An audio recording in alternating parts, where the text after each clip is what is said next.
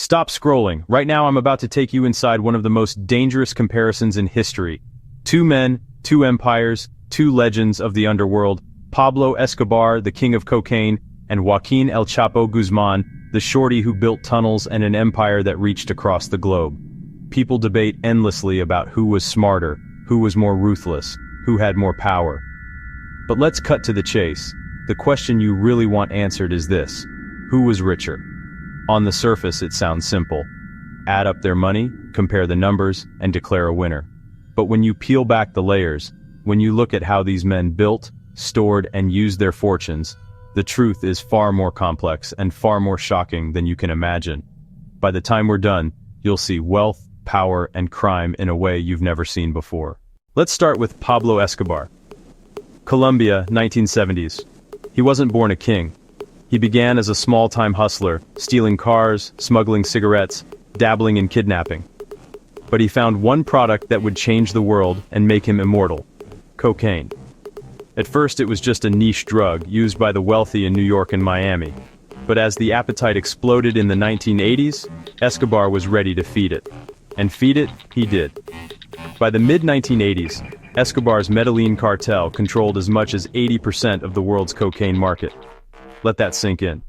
Imagine if one man had 8 out of every 10 barrels of oil, or 8 out of every 10 smartphones. That's the scale we're talking about. And with that monopoly came money. Mountains of money. At its peak, his cartel was pulling in around $420 million per week. That's almost $22 billion per year, in cash, tax-free. So much money poured in that the logistics of storing it became ridiculous. His brother Roberto once admitted that they lost $2 billion every year simply because rats ate it, mold destroyed it, or they just couldn't remember where they had buried it. Think about that. Most people will never see $1 million in their lifetime.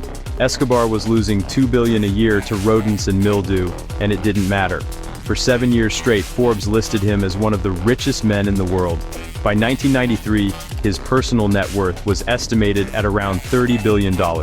Adjusted for inflation today, that's closer to $70 billion. That made him not just richer than most kings, but wealthier than the GDP of entire countries. And he spent it in ways that made headlines and myths. Escobar built Hacienda Nápoles, a sprawling estate with a private zoo filled with hippos, giraffes, elephants, and exotic birds. He imported dinosaurs, not real ones, but life-size models for his children. He built a bullfighting arena, private runways, mansions, soccer fields. He spent $2,500 a month just on rubber bands to wrap his stacks of cash. And when his daughter got cold, he literally burned $2 million in cash to keep her warm. But his wealth wasn't just for luxury. Escobar used money to buy politicians, bribe police, fund entire neighborhoods, build schools, and pay for the funerals of the poor. To Colombia's underclass, he was Robin Hood. To the government, he was the devil himself. And at one point, he even offered to pay off Colombia's entire national debt, $10 billion, if they would just let him go free. That's not wealth. That's power. Now let's cross the border, across decades, to Mexico. Enter Joaquin Guzman Loera, known as El Chapo. Born in a rural village to a poor farming family, El Chapo sold oranges and candy as a child, just to survive. But he wasn't satisfied with survival. He wanted more.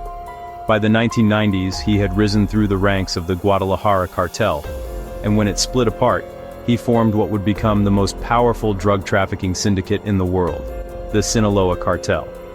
Unlike Escobar, El Chapo didn't focus on just one product. He diversified. Cocaine, heroin, marijuana, meth, and later, fentanyl. If there was demand, he supplied it. His empire stretched across more than 50 countries, flooding the United States with drugs and pulling in billions. But here's the difference. El Chapo didn't flaunt his wealth the way Escobar did. He didn't build zoos or buy soccer teams. He built tunnels. The tunnels were works of engineering genius. Miles long, equipped with rail tracks, ventilation, and lighting. Tunnels that moved tons of cocaine under the US border, invisible to radar and customs. These tunnels made billions of dollars flow like water. And they also made El Chapo's cartel almost untouchable. So how rich was he? Forbes listed him as a billionaire in 2009, estimating his net worth at about $1 billion. But that figure is misleading. Unlike Escobar, who stacked his money in warehouses and flaunted his fortune, El Chapo hid his wealth. He laundered it through shell companies, invested it in real estate, spread it across offshore accounts. Some Mexican officials believe his fortune was in the tens of billions, possibly rivaling Escobar's adjusted wealth. Let's compare their lifestyles. Escobar lived like a king and wanted everyone to see it. His wealth was both armor and advertisement. He used it to buy loyalty, but also painted a target on his back. El Chapo, on the other hand, lived like a ghost. He had mistresses, mansions, and jets, yes, but he preferred secrecy. His greatest investments weren't in luxury, they were in logistics, distribution, and corruption. Where Escobar burned cash, El Chapo reinvested in the machine. But wealth doesn't last forever. For Escobar, the downfall came when his violence escalated into war. He bombed airplanes, assassinated presidential candidates, blew up government buildings. He became too big, too public, too hated. In 1993, hunted by Colombian forces with US backing, Escobar was gunned down on a rooftop in Medellin.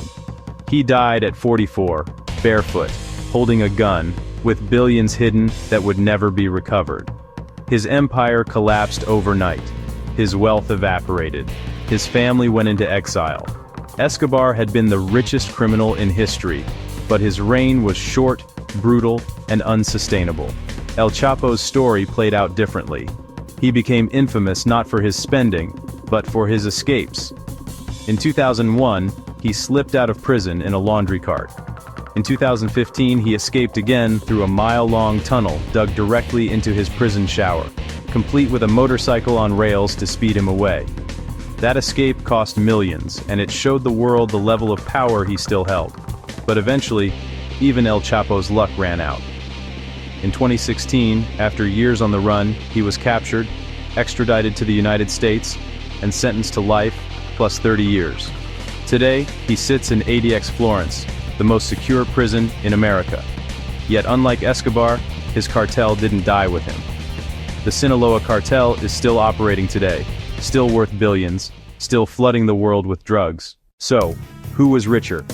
If we go strictly by personal net worth, Escobar wins easily.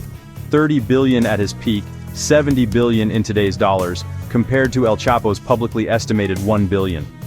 On paper, Escobar is the king. But money isn't the whole story. Escobar's wealth was explosive but fragile. When he died, it vanished. El Chapo's fortune might not look as flashy, but the empire he built continues to generate billions every year, long after he was locked away. Escobar was lightning, bright, loud, unforgettable. El Chapo was wildfire, spreading silently, surviving, enduring. And that's the twist. The question of who was richer depends on how you define wealth. If it's about raw cash in hand, Escobar was the undisputed champion. If it's about building an organization so profitable and resilient that it outlasts its leader, then El Chapo may have created something even more valuable. Here is what I want you to think about. Would you rather have Escobar's flash of unimaginable riches, knowing it could vanish in a moment, or El Chapo's quieter, longer-lasting power, knowing it outlives you? Which legacy is truly richer? Drop your answer in the comments below, because this isn't just history, it is a mirror. Wealth means nothing if it can't survive you. And in the world of crime, survival is the real currency. If this story shocked you, hit that like button. Subscribe for more deep dives into the hidden truths of money, power, and crime. Because the world's most dangerous secrets are never found in textbooks, they are buried in the shadows, and I promise you we're just getting started.